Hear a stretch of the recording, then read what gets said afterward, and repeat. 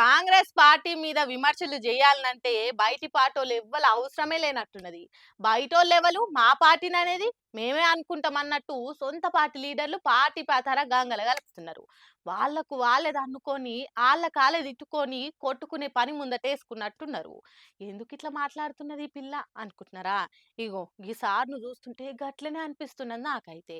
ఈ పెద్ద మనిషి మాటలు విన్నాక మీకేమనిపిస్తుందో మొత్తం వార్తిని కామెంట్లు వేయుండ్రిగా. ఇవాళ ఎవరి ధైర్యం కాదు కులగన చేయాలని చెప్పే ధైర్యం ఎవరికి లేదు. అది కేవలం రాహుల్ గాంధీ చెప్పినందుకు అవుతుంది. ఇక్కడ ఎవరు చేయరు.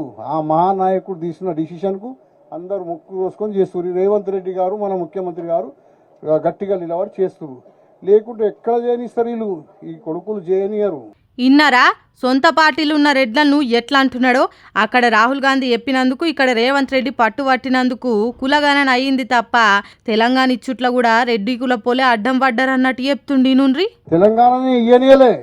ఎన్ని ఇబ్బందులు పెట్టిడు. కన్నమ్మ బాధలు పెట్టి కొడుకుడు సోనియా గాంధీ గారు డిసిషన్ తీసుకుందని ఈ తెలంగాణ వచ్చింది. ఇన్నరా రెడ్డి కులపోళ్ళు కన్నమ్మ బాధలు పెట్టిండ్రట తెలంగాణ ఇస్తా అంటే. అంతేకాదు రేవంత్ రెడ్డిని కూడా తిప్పల పెట్టిండ్రట అలా సొంత కులపోళ్ళు.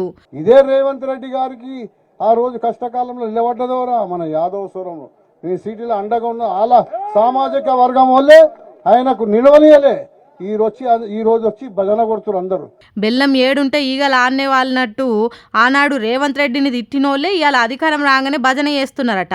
ముందుగాల రేవంత్ రెడ్డికి అండగా నిలబడ్డది మన యాదవులం అన్నట్టు చెప్తున్నాడు.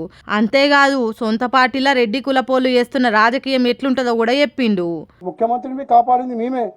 వాళ్ళ సామాజికంలో కన్నమ్మ బాధలు పెట్టిరు. ఒకటి జగ్గారెడ్డి ఒక దిక్కు, ఉత్తమ్ కుమార్ ఒక దిక్కు చెప్పి కుల్ల చెప్తున్నా నేను స్ట్రేట్ ఫార్వర్డ్. ఇన్నరా ఆనాడు పొట్టు పొట్టు తిట్టినోలే ఇవాళ దగ్గరైనరు. వాళ్ళే మంచి మనుషులు అయినరు. అసలు సాయం చేసింది మేము, కానీ మాకు మాత్రం టికెట్లు ఇయ్యరన్నట్టు చెప్తున్నాడు. మీరు ఎమ్మెల్యే ఓడిపోతారు, ఎంపీ కాంటాక్ట్ చేస్తారు.